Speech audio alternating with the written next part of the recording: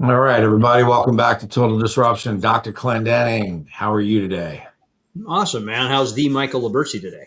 Hey, man, I'm taking my steps two at a time. Charged up. We're back on disruption, talking communication, talking life, talking language. Let's get right into it. I want to go stage presence. I want to speak to our young athletes out there. I want to talk to our people that have the spotlight. I want to talk to our introverts. I want to roll into this. I want to get right in. I want to get a little bit tactical with some people. I have to be super street and real world. I run into probably six or seven examples in the last 2 weeks where people need to and should. Nobody needs to do anything, but in order to grow and push, a few folks need to change their ways. Not change, but evolve their ways to get a different result. And I'm speaking to them. I'm speaking to their multiples out there. I'm speaking to anybody that falls within that sphere of the introvert, of the person who has some limelight, the person who's got to do a mini presentation, the athlete. I'm talking to somebody out there, and I'm using Jake as a conduit to speak to everybody. So you getting ready to do a bunch of things, right? You've already done them, depending on the time of this recording. We've got, people can go on the internet, see you on Leadership Week with the LA Tribune. They can go on and see you speak at a couple different events. You've got some podcast things. I've got some things coming up or that I've already done. You and I have a clinic that we put on our website. If people want more information and get to see us more, you can get to see what we're talking about in real time. We talk the talk, we walk the walk, we do the things. So let's talk to those introverts, Jake. Let's talk to them. Let's talk about Yep. color. Let's warm people up. Let's talk to that person that doesn't normally get stage time, but they're on a mini stage. They're doing a presentation for a company. They're doing You're something. always on stage. When it comes right down to it, one of the best. So I want to tell you one of the best pieces of advice and some of the worst pieces of advice, the dumbest, lazy coaching advices that I've ever gone with regards to this piece, right? Yeah. One of the best pieces of advice that I got, and it's actually I actually got it from one of our guests that should be airing here in the next couple of weeks, Lucas Sheridan. I was at a conference in Las Vegas, and he was speaking on stage at the Mandalay Bay. And I'd met Lucas before this, but he had big room, lots of people in it, and I was sitting up. I was sitting up front because that's one of my rules when I go to those things is front row. And he had said something during this particular speech. It was a speech on leadership overall that resonated with me very, very well. And he said, everything you do, everywhere you go, all the time is a job interview. Somebody is always watching you, no matter what you're doing. What that means to me is how I show up anytime is how I show up all the time. Plain and simple, because somebody's always watching. So when Mike's talking about we're not always on a stage, I'll argue that and I'll say, yeah, we are. If I'm doing anything and there's a chance, if I'm in any room anywhere and somebody's watching me, I am demonstrating who I am in that space all the time. Right? That's just how I show up. There's an opportunity everywhere. Somebody is watching, and I found that to be true. Now, I'll tell you some really shitty advice that I've gotten over the years that I absolutely hate. Lazy coaching when it comes right down to it. You ask a question, if let's talk to the introverts, well, I'm not confident in that room, and some idiot coach will say, well, just work on being more confident. That is the laziest coaching there is. Work on, okay, sure, let me pull that pin and now I'm somebody different, right? I don't care if you're an introvert or extrovert, that is lousy advice. Just get more confidence. Sure, let me go to the store and ring that up at Walmart. Come on. I mean, It, listen, I wish I could get away with that kind of yeah, advice, we right? wish we could get away with that stuff, but It's it's unnecessary. terrible advice. So it's not about just go get some more. Now here's a movie quote that I want to lay on you that I appreciate in this particular one. So there's a movie called Evan Almighty that I referenced this a few times. Morgan Freeman plays God in this one, and Oh, he's yeah, and it's super good. There's a scene you can watch it on YouTube. It's called the fish and chips scene is how they label it on YouTube, and it's really cool. And at this time, um, basically Evan's wife has left Evan, and she's, just kind of separated for a while, took the kids, and she's sitting here like just pounding fish and chips. That's her soul food kind of thing. And Morgan Freeman shows up as God, and she proceeds to have this conversation with him as a waiter. She doesn't know that's who he is. He's just like a waiter. And he makes a statement. He says, "Do you think when somebody prays for more confidence, God just goes shebang and you have more confidence?" No, he gives you opportunities to be confident. And it goes on and goes on. And it's such an impactful scene. And of course, Morgan Freeman rolls it out with incredible skill to be able to do that. But it's true. It's not about you just get more confidence. It is you have more opportunity to be confident. And how do we create confidence? Practice. Period. End of story. Mic drop. Episode over. Practice. Practice. You have to practice. That's plain and simple. I mean, how much we go back to this again. Mike's kids they practice more than I practice at anything I ever did in athletics, plain and simple. They practice all the time. That's what gives them confidence in sports, and they have to do the things. You've got to, what have we heard? It's 10,000 times or 10,000 hours is the path to mastery. It doesn't say 10,000 hours makes you a master. It says that's part of the path to mastery. Well, I'm gonna plus one that practice and feedback. In other 100%. words, you can practice, but if you're that Eddie Vedder says it, I think it's Eddie Vedder, if you're that artist in their bedroom just practicing your scales, no one's ever going to tell you you suck because no one will ever hear you. Mm-hmm. I'll give you a great example. You brought up my kids. This is a great example about practice and assumptions and being like completely way off. So my youngest was 3 tournaments in this season, and they were playing in an up-level tournament in baseball. And come Sunday, the coach puts out a thing that says, "Hey, I can't guarantee playing time for everybody, and we're going with the best guys." So I'm thinking to myself, okay, and I'm used to my son being in that category just because he was in that category through his own performance. It has nothing to do with me. Well, he wasn't in that category. So I was scratching my head, and I'm like, okay, well, I'm looking at the field of play, and I'm wondering, all right, why is he not in that category? What's going on here? There's a complete disconnect. We're practicing, we're doing our reps, we're doing everything else. So I waited my 3 days, and I called coach, and I said, hey, well, we needed to catch up on a bunch of things because he and I are friends, but I wanted to get some coaching from him on my son's deficiencies. Hey man, what's going on here? What are you not seeing in my son? He gave me a dissertation, eloquent, friendly. Immediately I went out and my son and I worked on some of these deficiencies, and I gave him some of the cues. 3 days later, remember, my son's been practicing a lot. He's been playing for a few years. 3 days later, I don't know, between the coach's conversation, my conversation with him, the implementation of effort, and that's what the coach was looking for, is implementation of effort.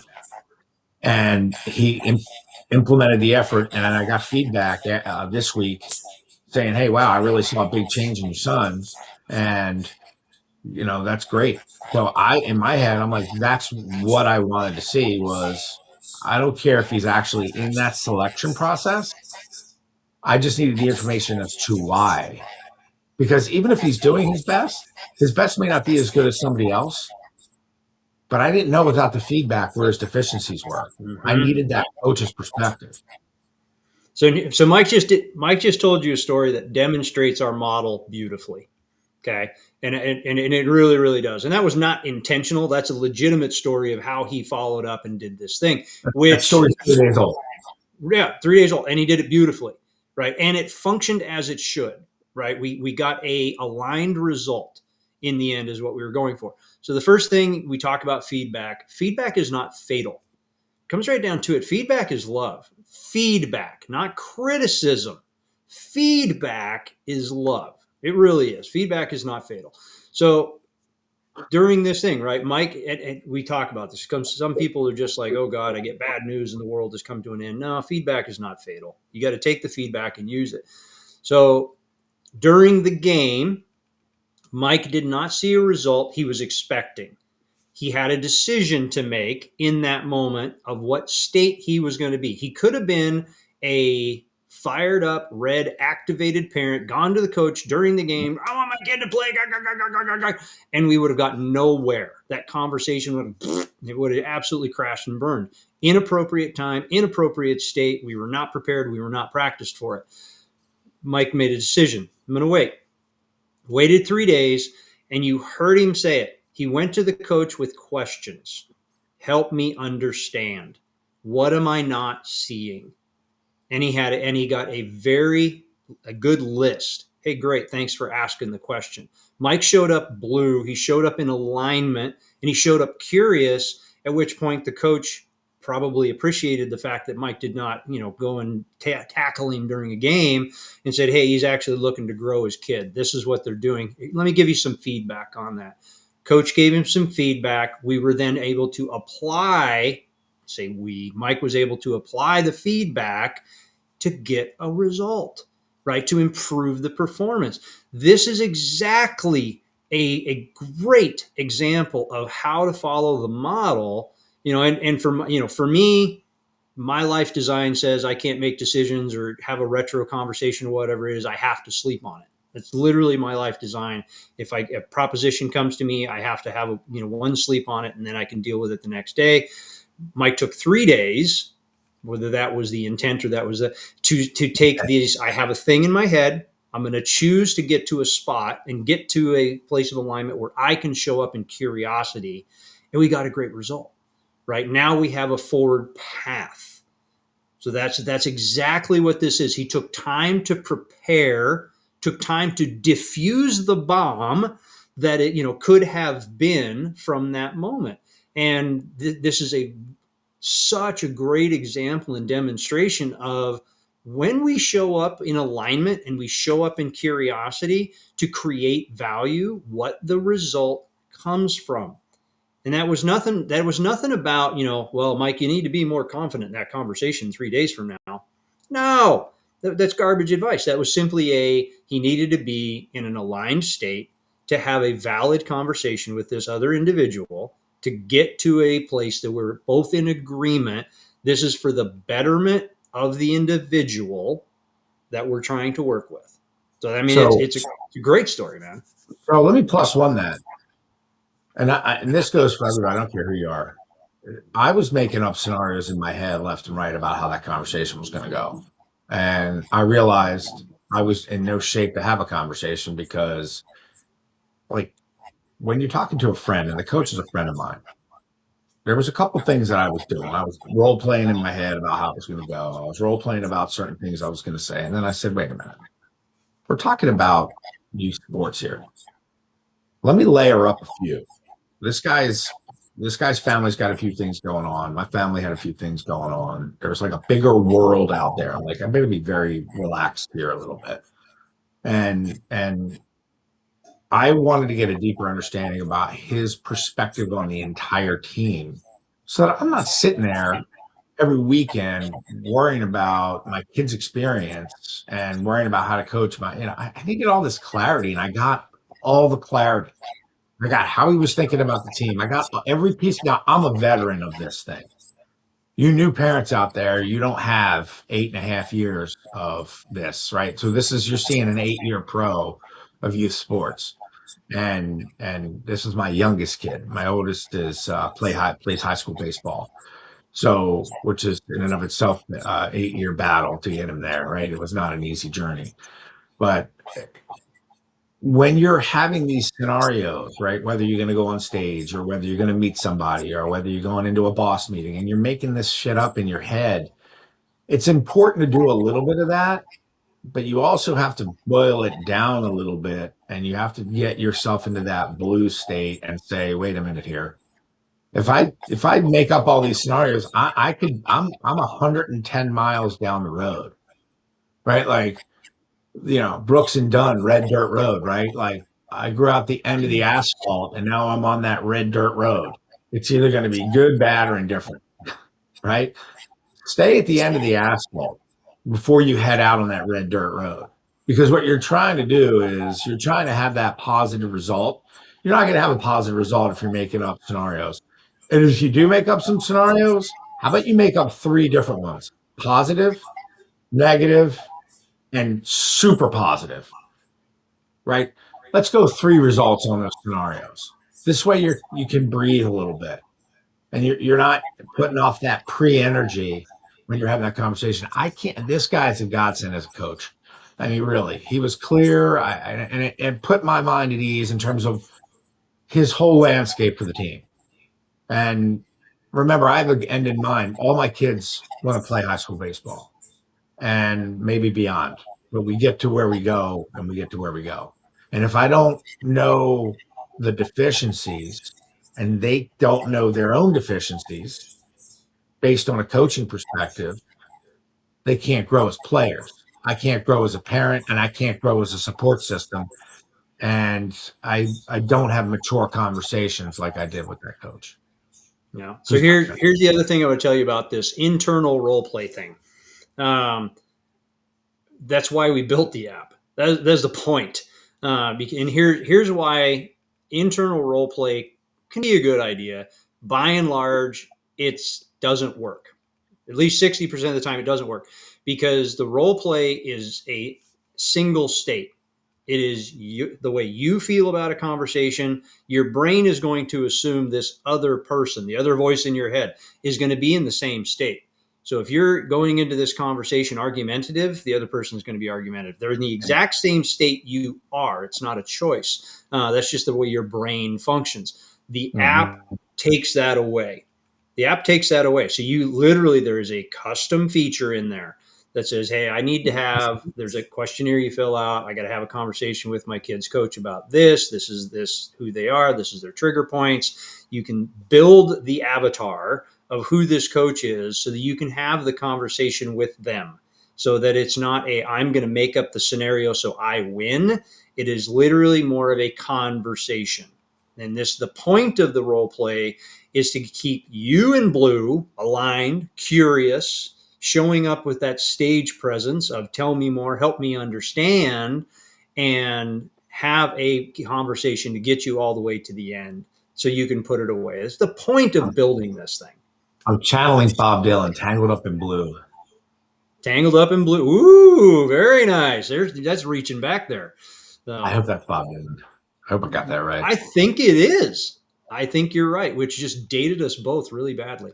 Anybody can listen to Bob Dylan, man. Come on, there's Spotify out there, right? I mean, there's Spotify out there, but to know it, to just remember it and go, oh, I just queued that up in my head. That may, yeah. Anybody can listen to anything. We're pretty genre neutral here. Let's go that way.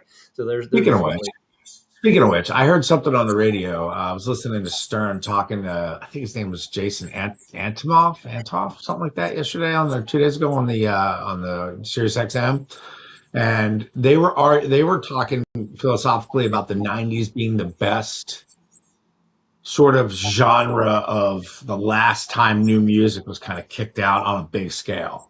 Anywhere from like rap to grunge to rock, like all these different genres kind of blew up in the '90s. And the '90s had all these, like you had Dre, Snoop, Green Day, Nirvana, Smashing Pumpkins, all across the spectrum. What do you think? Do you think the '90s were the last great surge of, the '70s were awesome, but like the '90s were the last great resurgence of new music? Because music. Well, I agreed with that. I heard that, and I absolutely agree with that. I had to think about that a little bit of these surges of new music. We saw, like in the 2000s, we only saw one real new genre come up. We saw a lot of others get defined, but we saw progressive house really take the front stage at that point, which comes out of European punk rock and club scene stuff. But we really saw progressive house become a genre in early 2000s. But it wasn't that there was 5 or 6 genres that jumped up, because there was right about the 90s, you had old school original Western country And then you got new country took over and started moving forward.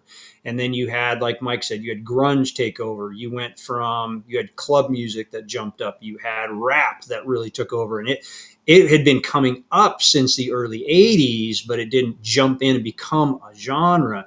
You've always had that kind of top 40. Hip hop evolved into a couple of different spaces in there. Metal took a couple divergent lines and went to a rock scene and went to a popular scene and cultural scene and went to a metal. And then you developed grunge. You had Garbage and you had Hole and you had Korn. And I mean, I look at the 90s because that's when I was the biggest fan of all the music in the 90s. There's so much great stuff coming out at that time. It's also where we put away the hairband days. Like we put them away in the 90s. But I agree with it. I have not come across like a new style, something this is like, wow, this is earth shattering. Something cool has come across. And I'm not saying I'm the end all cure all on music by any stretch, but I agree. I agree with that statement completely, that was the last time, not that we won't see it again, that we had such a divergence of so many genres to define so many subsections of society. People were able to grab onto music and say, this is who I am.